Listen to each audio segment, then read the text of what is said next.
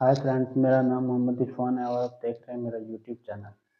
आज हम सीखेंगे कि अगर हमारे पास x माइनस वन और x की कीमत दी गई हो तो हम इससे x4 प्लस वन और x4 कैसे मालूम कर सकते हैं। हमारे पास गिवन है x माइनस वन और x हमारे पास है एक के बराबर और हमें चाहिए x4 प्लस वन और x4।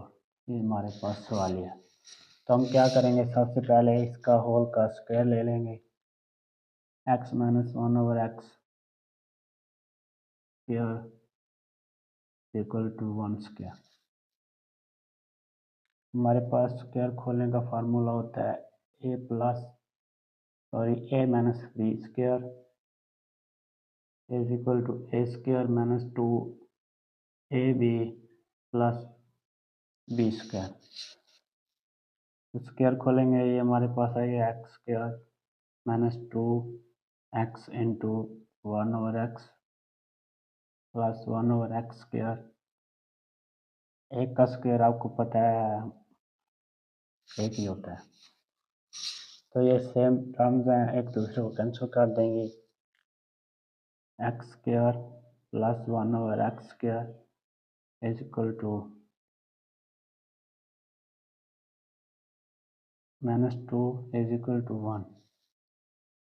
ये माइनस टू उस तरफ हो के प्लस हो जाएगा। X square plus one over X square हमारे पास आ जाएगा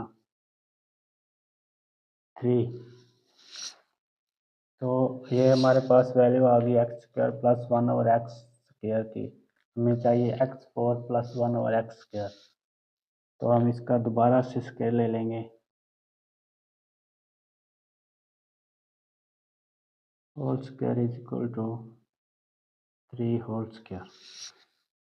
स्क्वायर खोलेंगे, ये हमारे पास आ जाएगा x4 plus one over x4 plus two into X square into one over X square is equal to 9। Same terms एक दूसरे को कैंसिल कर देंगे। x4 plus one over x4 plus two is equal to 9। ये plus two इस तरफ हो के माइनस हो जाएगा, तो x4 plus one over x4 is equal to 9 minus two. तो x4 plus one over x4 is equal to 7।